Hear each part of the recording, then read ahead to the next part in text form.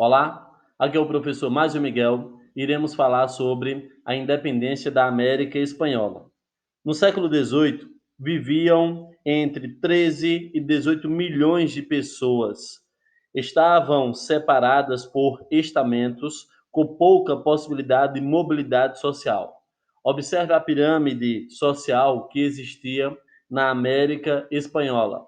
Nós temos os chapetones, crioulos, mestiços, escravos e nativos.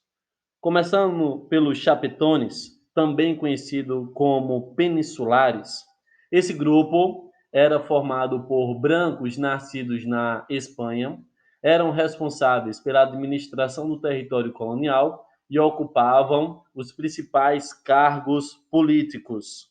Essa galera, eles também tomavam conta do setor religioso e militar aqui na América.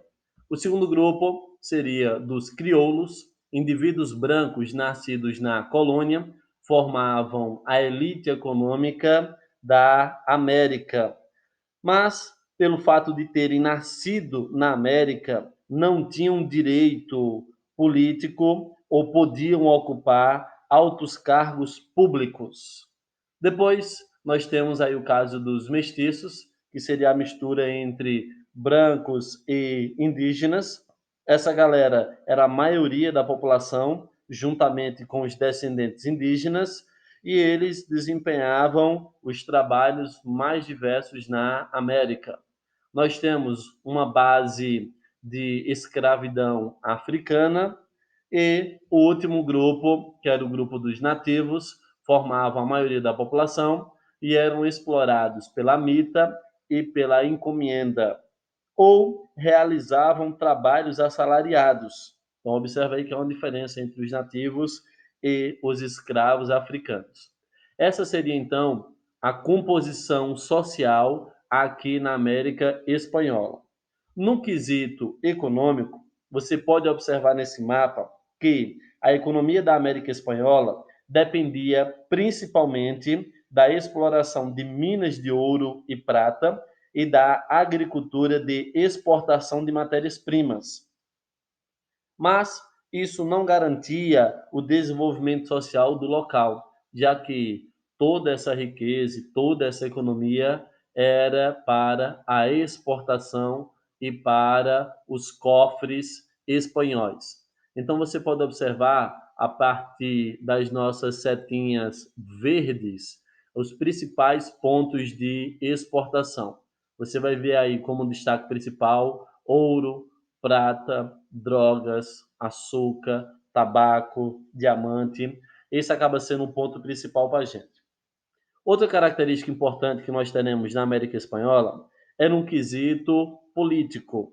Para administrar um território tão vasto, que ocupava parte da América do Norte até a América do Sul, os espanhóis desenvolveram um sistema administrativo bastante complexo, dividido em vice-reinos e capitanias. Em se tratando de vice-reinos, elas tinham a função administrativa. Nós temos o vice-reino da Nova Espanha, atual México. Segundo, vice-reino da Nova Granada, atual Colômbia e Equador. Vice-reino do Peru, o atual Peru. E o vice-reino do Prata, que vai englobar Argentina, Uruguai e Paraguai. Nós temos também as capitanias, que tinham a função de defesa. Nós temos a capitania de Cuba, temos a capitania de Guatemala, a capitania da Venezuela e a capitania de Chile. Então, pessoal, até aqui você já percebeu como era o quesito social, o quesito econômico e político na América Espanhola. A partir daqui, a gente pode pontuar as relações de revoltas coloniais. Daremos destaque a três tipos de revoltas. Uma das primeiras revoltas foi liderada pelo chefe inca Atahualpa entre 1742 e 1756 na região do atual Peru. Ele mobilizou um grupo de nativos e mestiços para lutar contra a dominação espanhola. Seu objetivo era restaurar o Império Inca e acabar com a mita, com esse tipo de exploração indígena realizado pelos espanhóis, que obrigavam os nativos a trabalhar compulsoriamente por determinado período de tempo. Outra revolta importante que nós teremos vai ser a de Tupac Amaru, também na região do Peru. Esse chefe, o nome dele era José Gabriel Condorcanqui. Ele acabou liderando uma revolta muito forte contra os espanhóis, que acabou ganhando o apoio de indígenas, mestiços e escravos. Esse movimento ele tinha como principal objetivo a contestação à estrutura de poder colonial.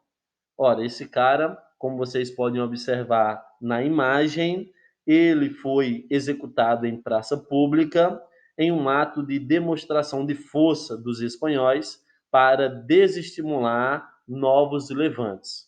E outro movimento que eu darei destaque vai ser a revolta dos comuneiros, que aconteceu no atual Colômbia.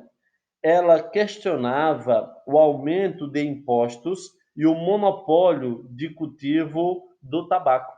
Então, como você pode observar, as tensões sociais dentro da América colonial, ela foi muito grande.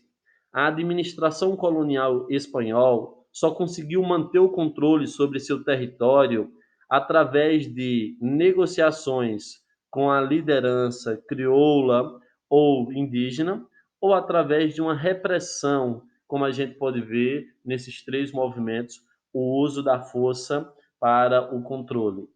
Pois então, a gente agora começa a pensar o que é que levou à crise do sistema colonial.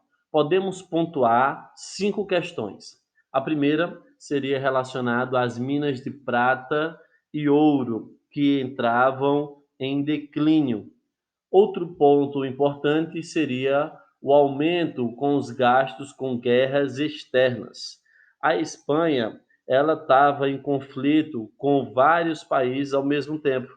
Teve o caso da Inglaterra, conflito com a Holanda, teve conflito com Portugal, já que aconteceu a União Ibérica e teve que separar. Esse conflito desgastou demais a Espanha ao longo do tempo, então, tudo isso acabou sendo muito forte para ela. Um terceiro tópico seria as ideias iluministas, que no século XVIII aparece com a ideia de trazer liberdade, igualdade e fraternidade. Outro tópico importante seria essa elite crioula que não tinha espaço no governo e acabou lutando para dominar o setor político, já que eles eram a força econômica da nossa região. E o último tópico seria a influência dos Estados Unidos, que foi o primeiro país na América a declarar independência em 1776, e a independência do Haiti, foi o segundo país a declarar independência, em 1804.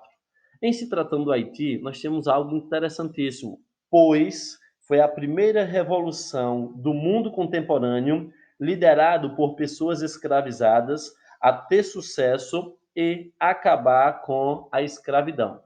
Pessoal, quando a gente olha para o Haiti, nós sabemos que ela é uma colônia francesa, a população branca era de 7%, a população negra era de 87% nessa região, era uma elite que vivia no luxo, enquanto que os escravos passavam fomes, maltratos e tinha uma série de doenças.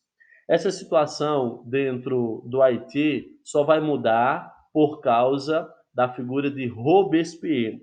Vocês devem lembrar que lá no período da Convenção, no período da Revolução Francesa, o Robespierre ele aboliu a escravidão nas suas colônias. E aí nós temos o Haiti conquistando essa abolição da escravidão em 1801.